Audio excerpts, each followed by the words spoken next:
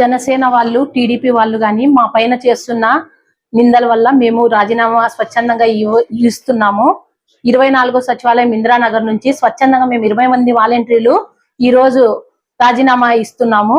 మా జగనన్న కోసం మేము రాబోయే కాలంలో ఇంకా పనిచేసి వీళ్ళు చేసిన ప్రచారానికి మేము ఇంకా ముందుకు వెళ్ళి మా కుటుంబాల వాళ్ళని, మాకు తెలిసిన వాళ్ళని అందరినీ మేము స్వచ్ఛందంగా మా జగనన్న కోసము ఓట్లు వేయమని అడిగి మళ్ళీ మా జగనన్నని 2024లో గెలిపించుకొని రాష్ట్రంలో మన జగనన్న 2024లో సీఎం గా ఉండాలి. అలాగే మన గుంతకల్ నియోజకవర్గంలో వెంకట్రామరెడ్డి గారన్న ఇలాగే కొనసాగించాలి. అలాగే మనము వెంకట్రామరెడ్డి అన్న కోసము ఎన్నో మన కోసం గుంతకల్లోను, ఇక్కడ పామెడి, గుంతి, అంతలక్క ఎన్నో అభివృద్ధి పథకాలు చేశాడు. మనకి అసలు అంబులెన్స్ లేవు, అంబులెన్సులు తెచ్చిచ్చినాడు. తర్వాత 100 పడకలతో మనకి గవర్నమెంట్ హాస్పిటల్లో 100 పడకలు ఏర్పాటు చేసినాడు.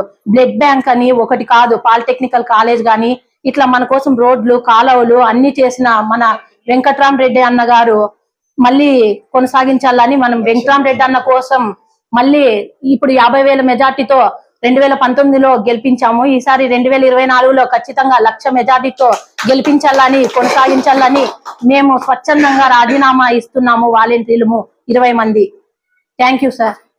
మేము వాలంటరీగా రాజీనామా చేయడం ముఖ్య ఉద్దేశం ఏమంటే, మా పైన టీడీపీ వాళ్ళు, జనసేన వాళ్ళు అనేక అరచకాలు చేస్తున్నారు.